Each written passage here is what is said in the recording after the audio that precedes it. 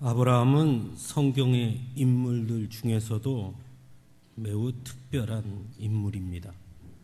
그로부터 이스라엘이 시작되었고 성경은 그를 가리켜 믿음의 조상이라고 이야기합니다. 오늘 본문은 그런 아브라함의 등장을 알리는 본문입니다.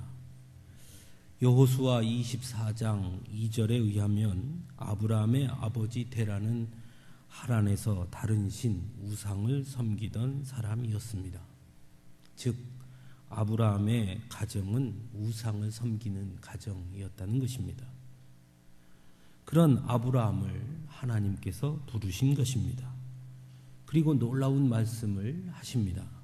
바로 고향과 친척과 아버지의 집을 떠나 내가 내게 보여줄 땅으로 가라는 그런 말씀이었습니다. 물론 무조건 가라고 말씀하지는 않았습니다. 그렇게 하면 큰 민족을 이루고 내 이름을 창대하게 하며 복이 될 것이라 약속하셨습니다. 또한 아브라함을 축복하는 자에게는 복을 내리고 저주하는 자에게는 저주함으로 땅의 모든 족속이 아브라함으로 말미암아 복을 얻을 것이라고 약속해 주셨습니다. 그리고 우리가 잘 아는 대로 아브라함은 그 말씀에 순종합니다. 하지만 여기서 한 가지 의문을 갖게 됩니다. 어떻게 아브라함은 하나님의 부르심에 순종할 수 있었을까 하는 것입니다. 한 가지는 하나님께서 약속하신 것이 너무나 큰 축복이었기 때문에 그랬기 때문에 아브라함이 순종할 수 있었다. 그렇게 생각할 수 있습니다. 하지만 그러기 위해서는 그 이전에 아브라함이 하나님의 능력을 경험한 일이 있었어야 합니다. 그렇다면 그 축복의 약속을 믿고 순종할 수도 있을 것입니다. 하지만 아브라함은 오늘 본문에서 처음으로 하나님의 말씀을 듣고 처음으로 하나님을 만납니다. 그 이전에 하나님과의 관계성이 등장하지 않습니다. 즉 하나님의 약속을 들은 적도 없고 그 약속대로 되는 것을 경험해 본 적도 없습니다. 그러므로 하나님의 약속대로 된다는 보장을 할 수 없는 상황이었습니다. 그런데도 그는 하나님을 따라간 것입니다. 또 한 가지 생각할 수 있는 것은 하란에서의 그의 삶이 불행했거나 불안했다면 한 번쯤 더 나은 삶을 위해 도전하거나 모험을 할 수 있었을지도 모릅니다. 하지만 그는 이미 하란에서 나름대로 안정된 삶을 살고 있었습니다. 충분히 하란에서도 편안하고 평안한 삶을 살고 있었던 것입니다. 그런데도 아브라함은 이런 안정된 삶을 버리고 목적지도 분명하지 않은 길을 향해 떠나간 것입니다. 또 한 가지는 새로운 삶에 대한 호기심과 모험심으로 도전을 감행할 만큼 열정으로 가득한 젊은 나이였다면 어느 정도 이해할 수 있을지 모릅니다. 하지만 오늘 본문에서 보는 것처럼 그의 나이는 이미 75세나 되었습니다. 물론 그때에는 인간의 수명이 지금보다 더 길었으니 그 나이도 젊은 나이에 속한다고 할 수 있을지 모르지만 아무리 그렇다고 하더라도 이미 나이가 먹은 아버지와 가족 그리고 안정된 기반을 떠난다는 것은 결코 쉬운 일은 아니었을 것입니다. 그럼에도 그는 조금도 망설임 없이 하나님의 말씀에 순종하여 그 길을 나선 것입니다. 참으로 생각할수록 놀라운 결단이고 놀라운 선택이라 아니할 수 없습니다. 어쩌면 그래서 아브라함을 믿음의 조상이라 말하는지도 모르겠습니다. 하지만 문제는 하나님은 오늘을 사는 우리들에게도 이런 아브라함과 같은 결단과 순종 그리고 선택을 요구하신다는 것입니다. 그리고 그것이 믿음이라고 말씀하신다는 것입니다. 아브라함과 같은 순종과 결단 그리고 선택은 오늘을 사는 우리들이 따라가기에는 너무나 무모해 보이기도 하고 너무나 어려운 일임에도 불구하고 성경은 그러한 삶을 우리도 그 길을 걸을 것을 말씀하고 있다는 것입니다. 그럴 때마다 우리는 이렇게 생각하기가 쉽습니다. 그것은 단순히 아브라함의 위대함이나 특별함 때문이었다라는 것입니다. 즉 믿음의 조상 아브라함이니까 그러니까 그는 그런 선택, 그런 결단, 그런 순종을 할 수 있었던 것이지 그것을 우리 같은 사람에게 적용한다는 것은 너무 벅찬 일이다 라고 회피하려고 한다는 것입니다. 그런 선택과 결단을 하는 것은 아무나 할 수 없는 일이고 아브라함은 정말 말 그대로 특별한 사람이었기 때문에 또 하나님 역시 아브라함이 그렇게 특별한 사람인 걸 알았기 때문에 그랬기 때문에 하나님은 아브라함을 불렀고 아브라함은 그 길에 순종할 수 있었다라고 생각하는 것입니다. 성경의 많은 인물들 앞에 우리가 쉽게 생각하는 마음들이 바로 이런 마음입니다. 하지만 성경의 전체적인 맥락에서 이러한 생각은 동의할 수 없는 것입니다. 왜냐하면 하나님의 부르심을 받은 대다수의 사람들은 결코 특별한 사람들이 아니었기 때문입니다. 하나님께서 사람을 택하시고 부르시는 방식은 결코 특별하거나 위대한 사람들이 아니었다는 것을 우리는 성경을 통해 보게 되기 때문입니다. 예수님의 족보에 등장하는 여인들만 봐도 그것은 분명하게 알 수 있습니다. 하나같이 인간적으로 허물이 많고 문제가 많은 사람들이었습니다. 과부였고 이방 여인이었으며 창녀였고 처녀로 아이를 가진 그런 여인들이었습니다. 하나님의 부름을 받은 다른 사람들 역시 너무나 인간적인 연약함과 문제들을 안고 있었던 사람들이었음을 성경은 증거하고 있습니다. 아브라함 역시 오늘 본문 이전에 그가 특별한 사람이었음을 의미하는 내용이 1절 등장하지 않습니다. 오히려 그 역시 하나님의 명령에 순종하여 떠난 여정 속에서 보여주는 모습은 그 역시도 너무나 인간적인 사람이었다는 것을 우리는 보게 됩니다. 똑같은 실수를 반복하기도 했고 적당히 타협하기도 했으며 이스마엘이라는 자식의 문제 앞에서 심각하게 고심하는 평범한 아버지였습니다. 그러므로 그가 특별한 사람이었기에 하나님의 부르심 앞에서 순종과 결단을 행한 사람이라고 보기에는 어려운 것이 사실입니다. 그런 면에서 아브라함의 순종과 선택, 결단에 대한 분명한 이해는 우리에게 무엇보다 더 중요하게 다가오는 것입니다. 히브리서 11장 8절은 아브라함의 순종과 선택, 결단에 대해서 지금까지는 다른 측면으로 설명하고 있습니다. 믿음으로 아브라함은 부르심을 받았을 때 순종하여 장래의 유업을 받을 땅에 나아갈새 갈 바를 알지 못하고 나아갔으며 라고 말씀하므로 아브라함이 하나님의 부르심에 순종하고 결단한 것을 믿음의 문제로 증거하고 있습니다. 하지만 여기서 주의할 것이 하나 있습니다. 아브라함의 순종과 결단의 행동이 믿음이 아니라 믿음이 있었기에 그런 순종과 결단을 할 수 있었다는 것입니다. 이것은 매우 중요한 문제입니다.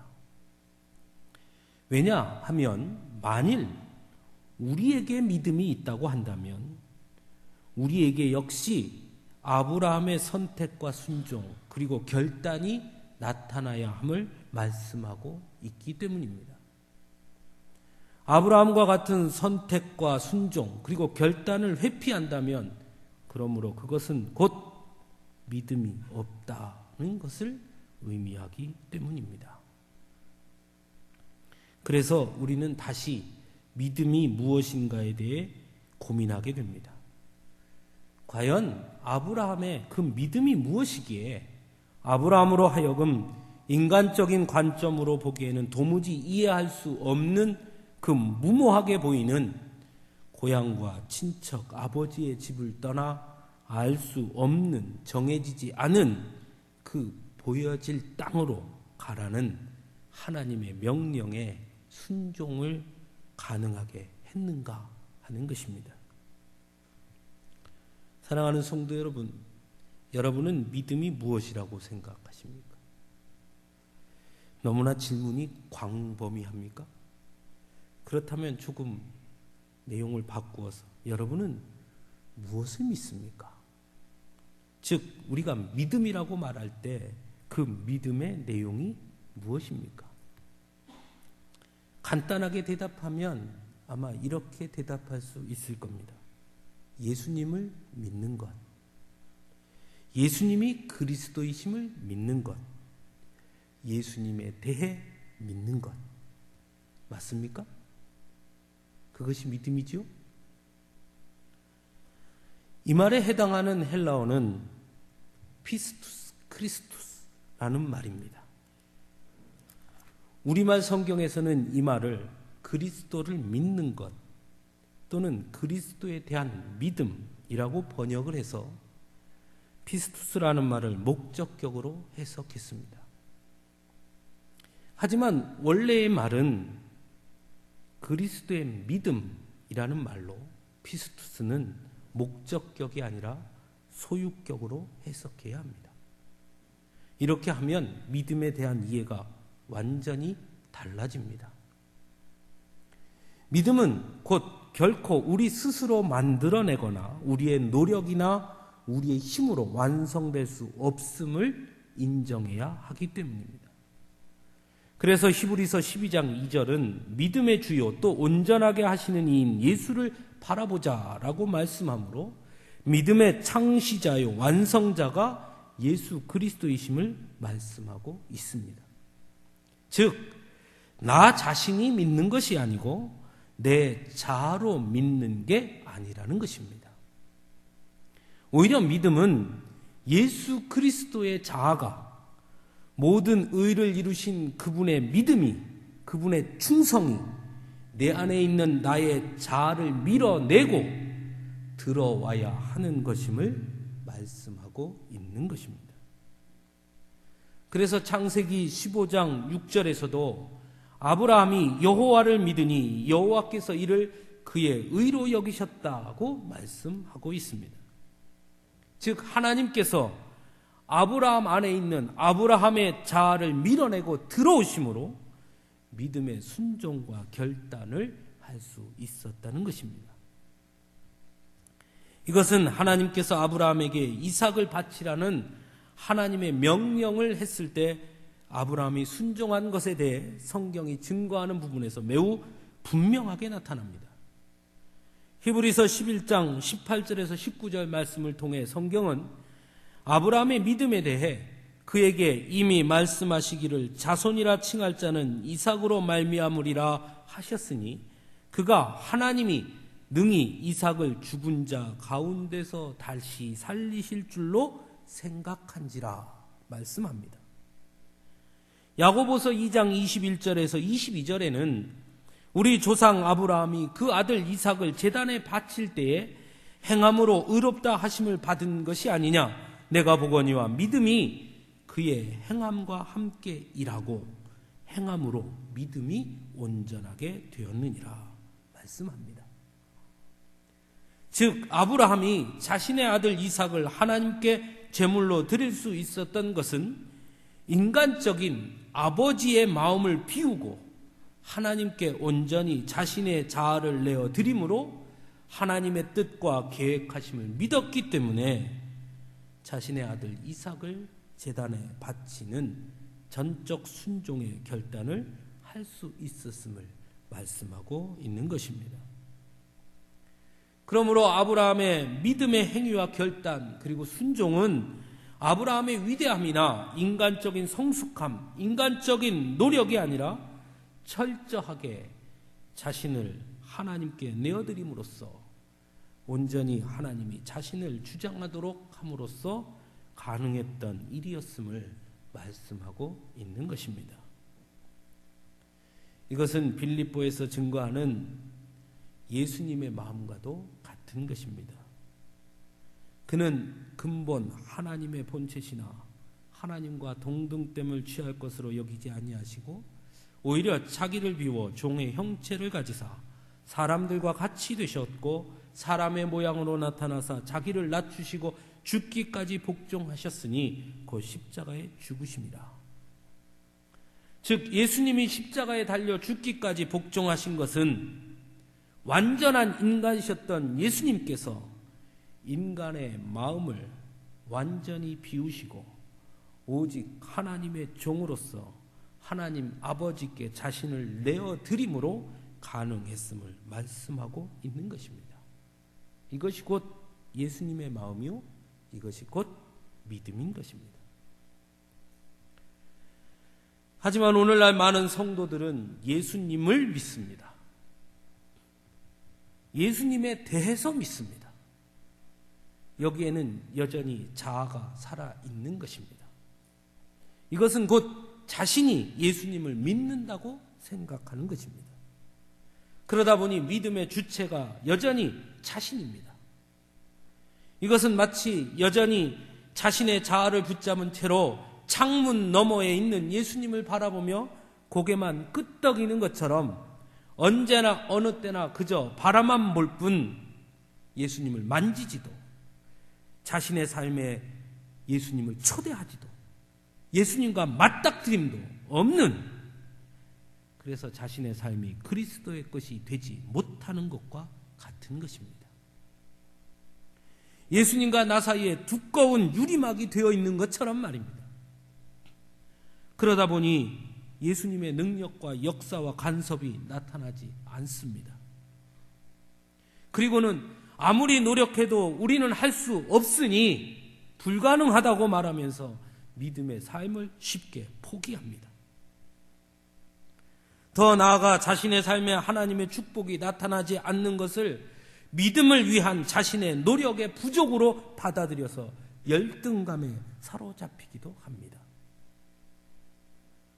그래서 흔히 하나님께서 주신 비전을 가지고 있다고 자신 있게 말하다가도 그 비전이 금방 자아 성취의 수단으로 변질되고 맙니다.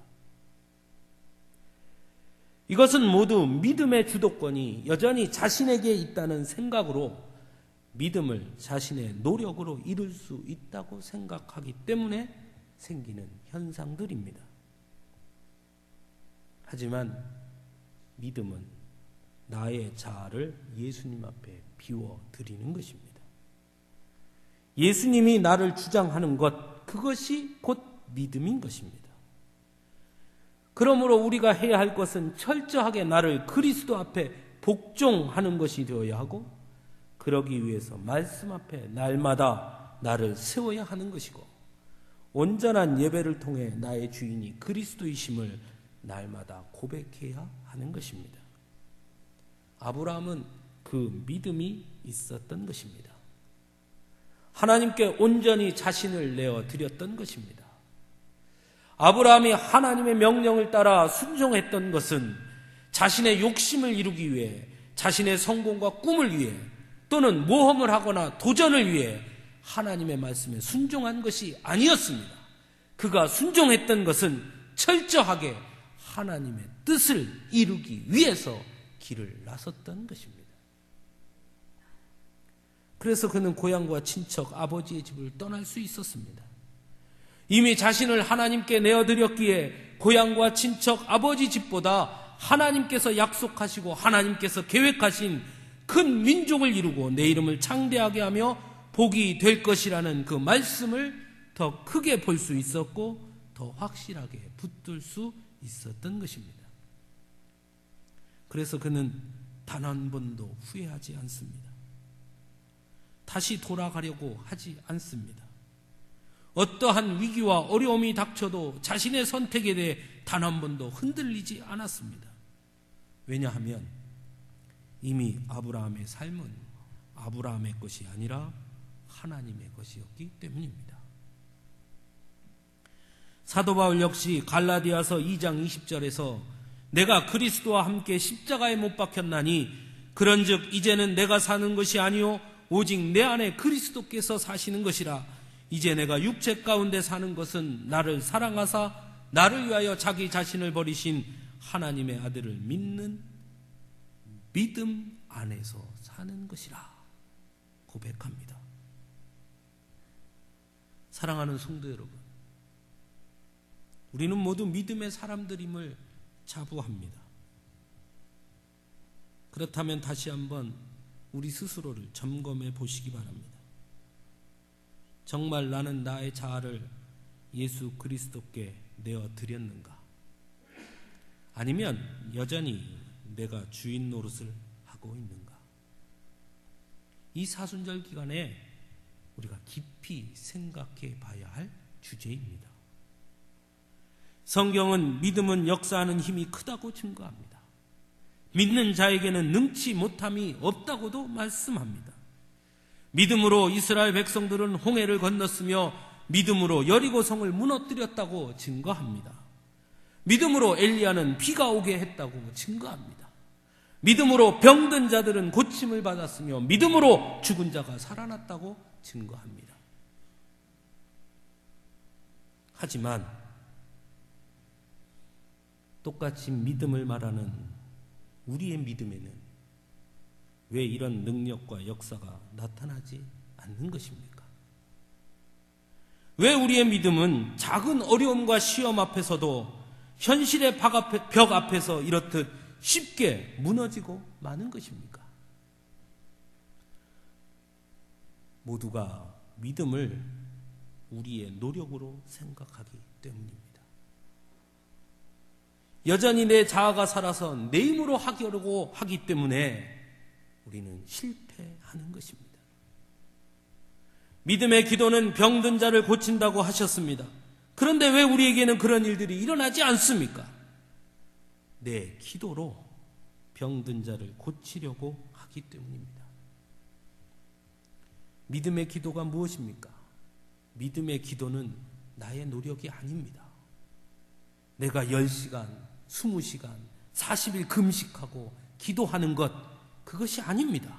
믿음의 기도는 철저하게 하나님의 뜻 앞에 복종하는 것입니다. 나의 욕심과 생각을 내려놓고 하나님의 뜻대로 하옵소서 하는 것입니다. 마치 겟세마네 동산에서 예수님이 하셨던 그 기도처럼 말입니다. 그 기도가 바로 믿음의 기도인 것입니다. 히브리서 11장 6절은 분명하게 믿음이 없이는 하나님을 기쁘시게 하지 못하나니 하나님께 나아가는 자는 반드시 그가 계신 것과 또한 그가 자기를 찾는 자들에게 상 주시는 이심을 믿어야 할지니라 말씀합니다.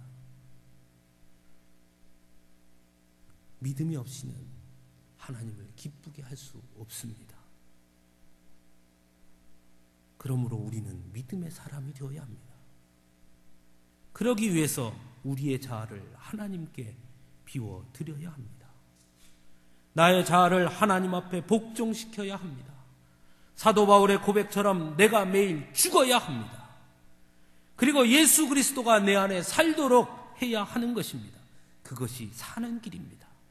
내가 죽어야 그리스도가 살고, 내가 죽어야 순종할 수 있고, 내가 죽어야 결단할 수 있고, 내가 죽어야 하나님의 축복을 받아 누리게 되는 것입니다. 믿음이 없이는 하나님의 능력도 없는 것이고, 믿음이 없이는 하나님의 축복도 없는 것입니다. 믿음이 없이는 하나님의 축복의 말씀 앞에 순종하며 결단할 수 없는 것이고, 순종과 결단 없이는 결코 젖과 꿀이 흐르는 가나안 땅을 유업으로 얻을 수 없는 것입니다. 사랑하는 성도 여러분, 믿으면 복 받습니다. 그 복이 무엇입니까? 나의 성공과 이익이 아닙니다. 믿음의 사람은 자신을 위해 사는 사람이 아니기 때문입니다. 나의 성공과 이익을 위해 예수님을 보는 것이 아니고 예수님을 의지하는 것이 아니기 때문입니다. 믿음의 사람은 하나님의 성공과 하나님의 이익을 위해 나를 비우는 사람입니다. 즉, 하나님이 나의 도구가 되는 것이 아니라 내가 하나님의 도구가 되는 것입니다. 내가 원하는 것을 하나님께 구하는 것이 아니라 하나님이 원하시는 것을 위해 나를 드리는 것이 곧 믿음인 것입니다. 사랑하는 성도 여러분, 이 싸움은 분명 매우 힘든 싸움이 될 것입니다. 쉽지 않을 것입니다. 그래서 더더욱 나를 비워야 합니다. 내가 살아서는, 내 자아가 살아서는 결코 이 싸움에서 승리할 수 없기 때문입니다. 진정으로 작은 것 하나라도 내 삶에 변화가 일어나길 원한다면, 그래서 더더욱 내 안에 그리스도가 살도록 해야 하는 것입니다. 나의 자아가 살아서 주장하는 삶이 아닌 나는 죽고 그리스도가 내 안에 사시는 그 믿음으로, 믿음의 이름으로 의롭다 칭함을 받는 것입니다. 그것이 바로 이신칭의인 것입니다. 바라기는 오늘 이 자리에 함께한 저와 여러분들이 이런 믿음을 갖기를 원합니다. 내가 믿는 믿음이 아니라 주님이 내 안에 들어와서 그 믿음이 나를 살게 하는 그런 믿음을 가질 수 있기를 원합니다. 온전히 하나님이 주장하시는 삶을 살 수 있기를 바랍니다. 나의 욕심과 계획을 위해 사는 인생이 아니라 하나님의 계획과 뜻을 이루기 위해 사는 인생들이 되기를 간절히 원합니다. 사랑하는 청년 여러분, 여러분은 꿈이 있을 것입니다. 그 꿈이 무슨 꿈입니까? 그 꿈은 누가 주셨습니까? 그 꿈을 이루기 위해 믿음이 필요하다고 생각하십니까? 틀렸습니다. 사랑하는 성도 여러분, 여러분은 복 받기를 원하십니다. 어떤 복을 원하십니까? 그 복을 받기 위해 믿음이 필요하다고 생각하십니까? 틀렸습니다. 믿음이 먼저입니다. 예수님이 내 안에 들어오셔서 예수님이 주시는 꿈을 품는 청년들이 되기를 원합니다. 예수님이 내 안에 들어오셔서 나를 통해 하나님께서 보여주실 그 놀라운 일들이 이루어지는 그 축복을 받아 누릴 수 있기를 원합니다.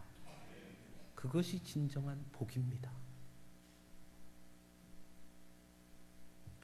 온전한 믿음에 설 때 하나님은 아브라함에게 그렇게 하셨듯 우리의 인생도 복된 인생이 되게 해 주실 것입니다.